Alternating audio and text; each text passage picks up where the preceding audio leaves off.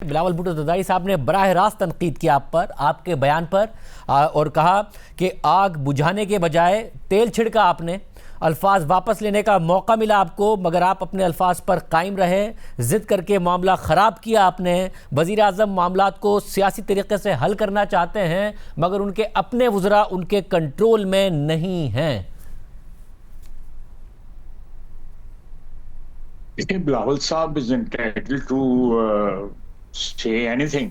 मुझे उस पर कोई इतराज नहीं है। जमहूरियत का ये हुस्न है कि असेंबली के फ्लोर के ऊपर इवन मीडिया पे लोग जो है सियासतदान एक दूसरे को अगर क्रिटिसिज्म करते हैं तो मेरा ख्याल है कि ये सिस्टम की कामयाबी की निशानी है। I welcome the criticism and बाकी जो मेरा अपना एक नुक्ता नजर है, सही है या गलत है, पर मेरी दानिश में सही है। मैं उसको स्टैंड करता हूँ। जो लोग दो मेन चीजें जो हैं कि इन लोगों ने जो एक्शन कमेटी वालों ने लोगों को ना सिर्फ जान से मारा बल्कि उनकी लाशों की बेहुरमती की। और उसके बाद जो है एक साहब उठ के, वो भी इन्हीं के लोग हैं एक्शन कमेटी के, वो कहते हैं कि बलूचिस्तान से इनकी लाशें वापस आ जाती हैं, हम कश्मीर से इनकी लाशें वापस नहीं जाने देंगे। दो, तीसरा उन्होंने जो डिमांड की है कि हल्फ में जो है कश्मीर असेंबली के ये डाला जाए, ये निकाला जाए कि उसमें है कि जी आप इल्हाक के जो है वो वाली जो शिक है वो निकाली जाए। देखो साहब, उनकी जो क़यादत है, उन्होंने मुख्तलिफ इंटरव्यूज में कहा हम डालने की बात कर रहे हैं, निकालने का नहीं कह रहे हैं। हम ये कह रहे हैं कि मैंडेटरी ओथ में ये शामिल हो कि जो ज्योग्राफिकल यूनिटी और इंटेग्रिटी है जम्मू और कश्मीर की, वो उसकी बात कर रहे हैं। वो पाकिस्तान के साथ जो इल्हाक की बात है उसको निकालने की बात नहीं कर रहे हैं। नहीं, ये मैं गलत कह रहे हैं। It's an after thought. देखिए,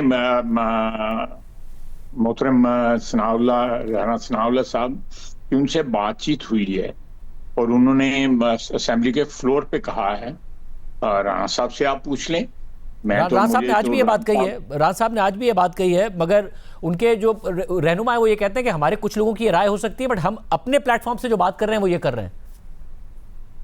नहीं, देखें, ये कुछ लोगों की राय हो सकती है तो ये है कि हम चार आदमी जो है वो मिलके अलग-अलग बोली बोलें और अंदर खाने जो है हम एक दूसरे से मिले हों तो फिर तो डिसऑनेस्टी है ना। दिस इज पेटेंटली डिसऑनेस्टी कि आप अपने कुछ लोगों को कहें कि आप ये नारे लगाते रहें, आप कहते रहें कि नहीं जी क्या बात है जी, इल्हाक को रहना चाहिए और ये होना चाहिए और वो होना चाहिए।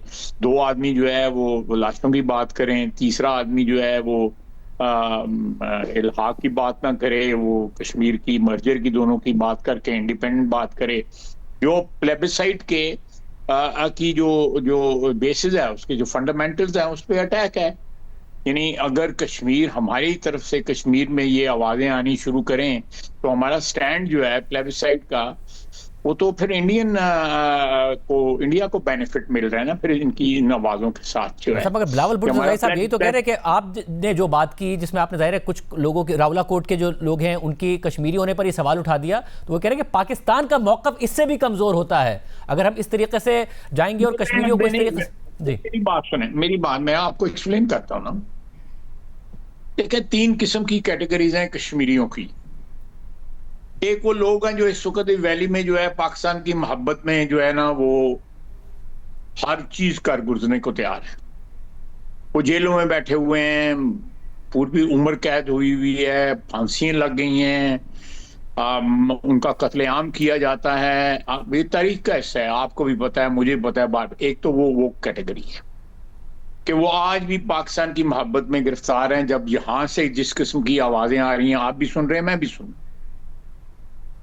दूसरी कैटेगरी वो है कि जिन्होंने 1947 अगस्त में जो है सियालकोट का बॉर्डर, मेनली सियालकोट का बॉर्डर क्रॉस किया। वो तकरीबन 2,24,000 डॉक्यूमेंटेड है। आपके कुलीग हैं अहमद मीर साहब, आप उनसे वेरीफाई भी कर लीजिएगा। 2,24,000 बंदे या औरतें या बच्चे जो है वो शहीद हुए। ये दूसरी कैटेगरी है। तीसरी कैटेगरी है जिनको घर बैठे बैठे जो है आजादी मिल गई, वो डोगरा राज से जो है आजाद हो गए, या हिंदुस्तान के तसल्लुत से जो है वो आजाद हो गए। तो अगर मैं ये कहता हूं कि ये कि एक आप मुहाजिरीन जो है उनकी डेफिनेशन आपको पता है कि हमारी तारीख में क्या है या उनका मकाम क्या है?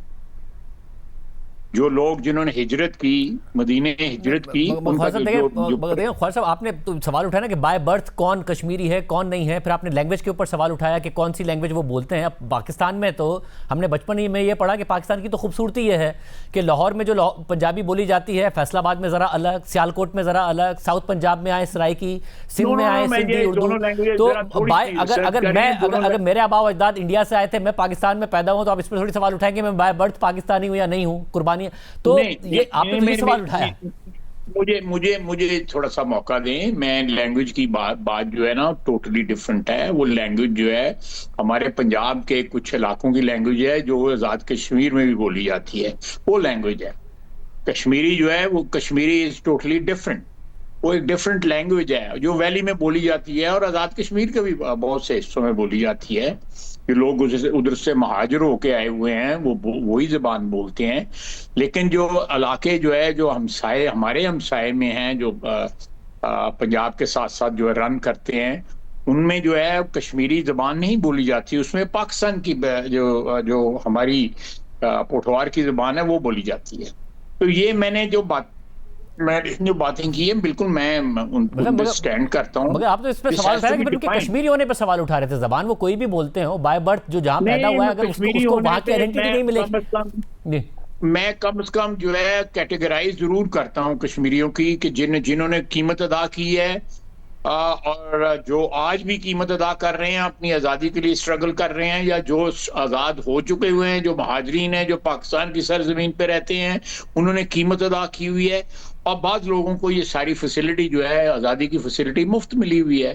तो आई थिंक एक कैटेगराइजेशन करना जो है वो मेरा हक भी बनता है और उन लोगों का भी हक बनता है जो इस वक्त भी मकबूजा कश्मीर में कुर्बानियां दे रहे हैं और जो कुर्बानियां दे के एक प्राइस पे करके। मैं आपको एक बात बताता हूँ, चौधरी गुलाम अब्बास जो है वो बहुत बड़े लीडर थे। वे बैक 30s और 20s तक उनकी स्ट्रगल जाती है, 1920s 1930 तक।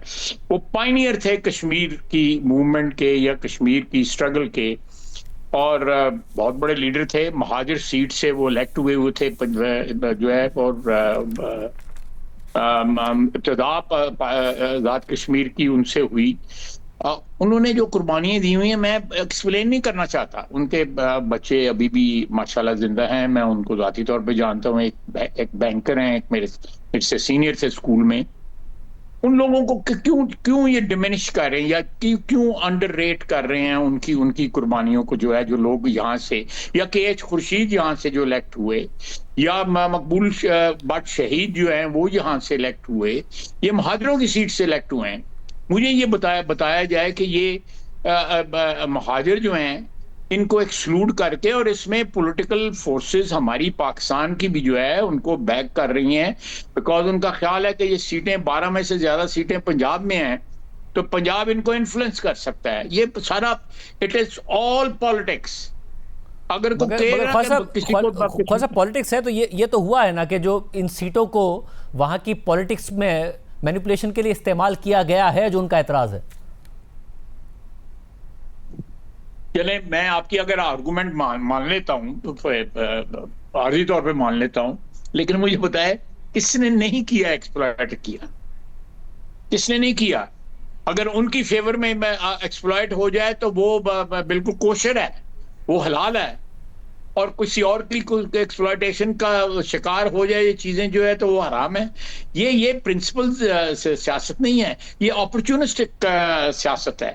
मैं तो प्रिंसिपल की बात कर रहा हूं, और जो मैं कह रहा हूं मुझे अगर आप मेरे साथ कोई बहस कर ले, तारीख के बुनियाद पे बहस कर ले, जो कल्चर की बुनियाद पे बहस कर ले, मैं हर किस्म का आर्गुमेंट देने को चाह रहा हूं। मैंने कहा 3 कैटेगरीज आपको बता दी हैं। और साहब उसमें फिर जो डायलॉग की बात है, जब मौलाना फजल रहमान साहब को अप्रोच किया उन लोगों ने, और फिर मौलाना ने अपना जो बयान जारी किया कल, वो ये था कि जी आप पहले उनसे कहा कि क्योंकि आपने मुझे मीडिएशन के लिए अप्रोच किया है तो पहले आप अपना धरना ख़त्म करेंगे, आगे का लाएअमल आप मौखर करेंगे और उसके बाद आगे बातचीत होगी। बिलावल भुट्टो ज़रदारी साहब ने सेकंड किया आज कि जी मौलाना के ज़रिए आप सेकंड करते हैं, हुकूमत ये मौलाना के ज़रिए रास्ता निकालने की कोशिश करेगी? देखिए, ये मौलाना मेरे लिए बड़े मोहतरम है, मेरा उनके साथ बड़ा बड़ा बड़ा गहरा ताल्लुक है और मैं उनकी सियासत का कायल हूँ। जो उन्होंने बात की है, अगर इससे कोई हल निकल सकता है इन बातों का मौलाना की क़यादत में, ये फैसला हुकूमत ने करना है।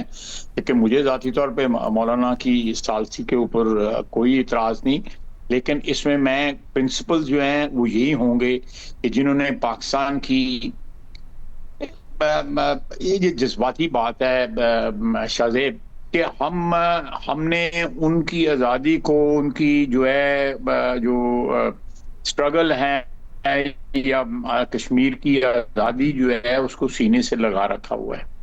हमने 4-5 जंगें लड़ी, इमीडिएटली आफ्टर इंडिपेंडेंस जो है एक जंग लड़ी गई, उसके बाद जंगें लड़ी गई, कहाँ से एक पश्तून लश्कर जो है वहां से आए और वहां जाके जिहाद उन्होंने किया। हमने उनका जो आज इलाका लिए जंग से उनसे लिया हुआ है। फिर उसके बाद जो है 65 की जंग हुई, उसके बाद 50s में भी टेंशन रही, उसके बाद जंगें। अब देखिए, ये जज्बाती इशू है, पाकिस्तान की स्टेक्स हैं उस पर, खुसूसन जो है जो लोग जिन्होंने जंग में हिस्सा लिया, जिन्होंने शहादतें जिनको नसीब हुई, वो उसको इसका बिलिटल ना करें कि हम सियासतदान जो है अपनी स्ट्रगल के अंदर, अपना इलेक्शन आया हुआ है, उस इलेक्शन के रौले के अंदर उन सारी चीजों को बिलिटल कर रहे हैं।